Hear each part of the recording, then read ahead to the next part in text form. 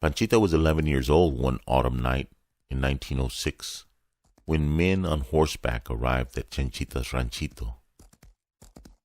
The sound of hooves clopping on the dirt stirred up Panchita's curiosity as she ran to the window to see who it was. "Pancha, quítate de ahí," Chanchita said with a loud whisper and a scowl on her face.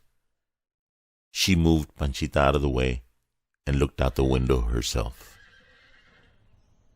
The full moon lit up the night, and Chanchita could easily make out a man dismounting his horse in front of her house.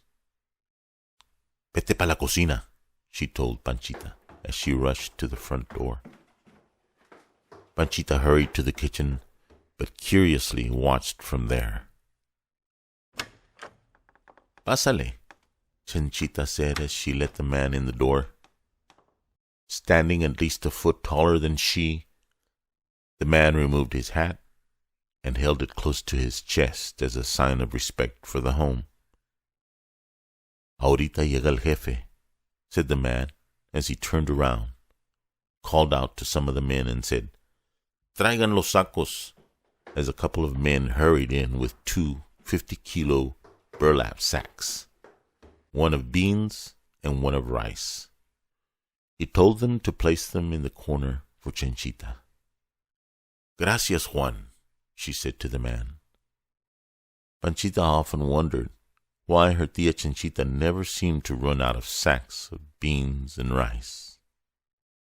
She was too young to remember these visitors from before, but Chanchita's little ranch had become a place of refuge for Villa and his men in the past. However, as always, Villa would often send his men ahead of him to scout an area, and in this case, to announce his arrival at Chanchita's for dinner. However, Villa was a wanted man, and so had to enter a town stealthily, placing men in strategic places before riding in. As a full-blooded Indian, he often escaped capture by disguising himself as a peasant. In this case, he rode in on a burro unto the ranch, dressed in tatters with a torn-up sombrero. Doroteo, who was now in command over Villa's men in his absence, the boy who had earned respect from the men and had made friends with most of the older ex-soldiers, had become their leader. Although the ranch was only a few kilometers from town, Doroteo insisted on maintaining constant vigil upon Villa. He placed guards along the road to keep an eye on him. Villa would be traveling down a particular road. This was added security that Doroteo insisted upon to protect his friend and father.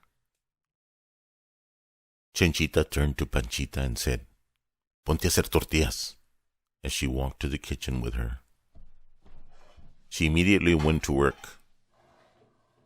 She had quickly learned how to make the masa for making corn tortillas, and thanks to Chanchita's rich sister, she had a nice wood-burning stove to finish them.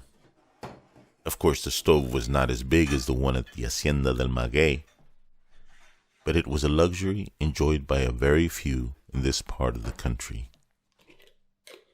Chanchita lit the wood-burning stove as Panchita began flattening the corn masa by clapping it between her hands. The house would have been silent had they not been busy in the kitchen as Chanchita placed the cast-iron skillet on the stove. She would be cooking for several men, and Panchita would be helping her every step of the way. She was already preparing meals expertly, learning from what her tia Chanchita was doing in the kitchen as she made her rice. A slice of pork belly released enough fat to begin browning the rice. Panchita prepared the spices, using the molcajete to grind up the cumin seeds, peppercorns, garlic cloves, and salt with a little water. Once she browned the rice to an even semi-dark toasted color, she would cast the spice mixture into the hot browning rice as the sizzle and vapors filled the room with delicious aromas. She then added onions and fresh tomatoes to the mixture with more water and boiled for 20 minutes. Pinto beans were always prepared earlier in the day, and a fresh pot of beans was already heating up on the stove when Juan showed up again. She took off her apron and followed Juan to the front door as Panchita continued preparing the food for the men. Villa walked through the door, dressed in dusty peasant clothes. He had removed his old, torn straw sombrero as he walked in the house, happy to see his old friend, Chenchita. He would have been unrecognizable to anyone else in the street, but Chenchita had known Villa for many years as a curandera and had helped treat some of the men, including him. She had fed many of his men more than a few times when they were in the area, and he had always returned the favor by bringing her more than enough food for her household. Villa walked in and smiled at Chenchita, as an old friend does, and gave her a hug. He only stood a couple of inches taller than Chenchita. Most of his men were taller than Villa, but they would always say that he was a giant.